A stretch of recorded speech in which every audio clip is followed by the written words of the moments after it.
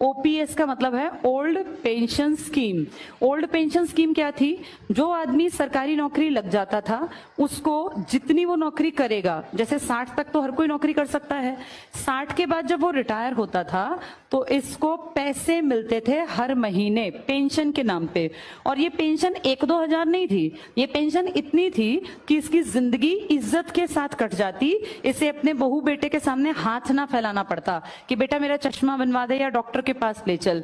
एक तो इसको बैठे बिठाए पैसे मिलते, बुढ़ापे में पैसा ज्यादा जरूरी होता है, जवानी में तो सब कमा लेते हैं, लेकिन जब 65 साल 70 साल पकड़ते हैं, शरीर कमजोर होता है, तब पैसा कैसे कमाएं? काम तो कर नहीं सकते।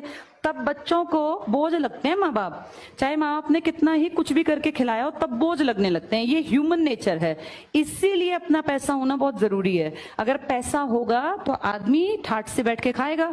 और आदमी जो पेंशन वाले थे ना, इनको सिर्फ पेंशन नहीं, इनको इसके साथ साथ हेल्थ के ऊपर भी सरकार एक श्योरिटी बना के देती थी कि आपको या आपकी वाइफ को, बच्चों को नहीं। बच्चे 21 साल के बाद कवर नहीं होते। किसी का बेटा अगर 22 साल का है तो फिर वो पेंशन वाले लोग जो है ना, ये इसका इलाज नहीं करा सकते, उसके लिए पैसे देने पड़ेंगे। अपना कमा खा, उसके बच्चों को थोड़ी ना सरकार खींचती जाएगी। लेकिन वो जो भी आदमी है और जो उसकी वाइफ है, इन दोनों का सारा मेडिकल का खर्चा सरकार उठाती थी। अगर ध्यान से देखा जाए तो ये बहुत जरूरी और बहुत अच्छी बात थी।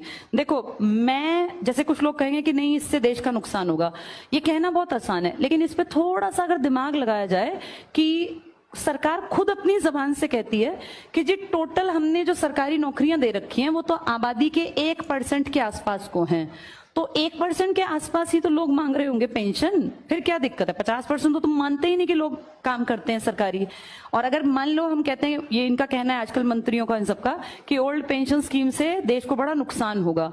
तुम जो इतने खर्चे करते हो फालतू के, इतने गबन करते हो, इससे नुकसान नहीं होता।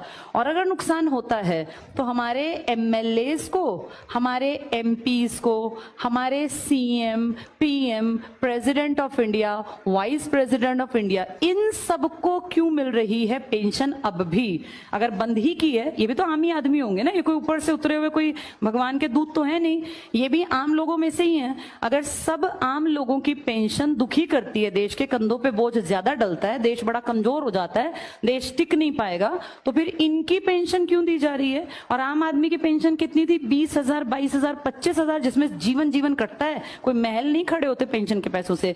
इनकी पेंशन अगर तुम सुन लोगे तुम्हें चक्कर आ जाएगा, क्योंकि इनके लिए पता क्या कर रखा है? आम आदमी जिंदगी भर काम करे, 40 साल, अगर 20 में नौकरी लगा 40 साल, तो पूरी जिंदगी की एक पेंशन। और इनको एक दिन अगर कोई एमएलए बन गया तो पूरी जिंदगी की पेंशन एक दिन की। अगर वो दोबारा बन गया इलेक्शन जीत के तो 2 बार की पेंशन।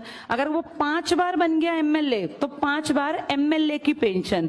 फिर वो 2 बार एमपी बन गया तो एमपी की पेंशन। फिर वो राष्ट्रपति बन गया तो राष्ट्रपति की पेंशन। तुम सोच भी नहीं सकते कितना रुपया इनकी पेंशन्स में इन तक पहुंचता है। किसी एक का नाम तुम ना गूगल पे लिखना और तुम उसका पूरा इंफॉर्मेशन निकालना, वो कई बार एमपी एमएलए बने होते हैं। ये एमपी, एमएलए, सीएम, पता नहीं कितनी कितनी पोस्ट पर। अगर कोई राजनीति में 40 साल काट गया, इनमें से कम तुम देखना वो 5-6 बार कुछ बन गया होगा, 2-3 बार कुछ। उन सबकी अलग अलग पेंशन आती है। तो इससे हमारा खजाना खाली नहीं होता। ये तो सारे खानदानी, देखा नहीं, बैठे बैठे राज करते जाते हैं। ये कहते हैं कि ओल्ड पेंशन स्कीम जो किसके लिए मेन जरूरी थी?